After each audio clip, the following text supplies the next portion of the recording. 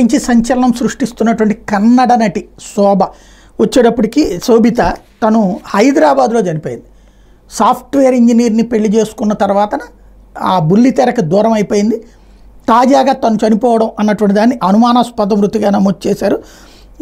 ఇందులో కర్ణాటక చెందిన శోభిత శివన్న 32 ఏళ్ళు పలు కన్నడ సీరియల్ సినిమాల్లో నటించింది.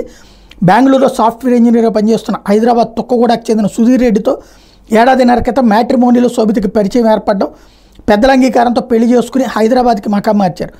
కొండాపూర్ శ్రీరామ్ నగర్ కాలనీ సి బ్లాక్లో ఓ ఇంట్లో అద్దెకుంటున్నారు. శనివారం రాత్రి భర్తతో కలిసి భోజనం చేసిన తర్వాత ఆమె ఓ గదిలో నిద్రకి వెళ్ళింది. సుధీర్ మరో గదిలోకి వెళ్ళి డ్యూటీ అంటే వర్క్ ఫ్రమ్ హోమ్ చేస్తున్నాడు. ఆదివారం ఉదయం 10 గంటల సమయంలో పని మనిషి వచ్చి శోభిత గది తలుపు తట్టినా స్పందించలేదు. సుధీర్ రెడ్డికి విషయం చెప్పడం తలుపులు విరగొడితే ఫ్యాన్కి ఉరివేసుకుని వేలాడుతూ కనిపించింది. శోభిత మరణానికి కారణాలు తెలియలేదు, ఆరాధిస్తున్నామని చెప్తున్నారు పోలీసులు.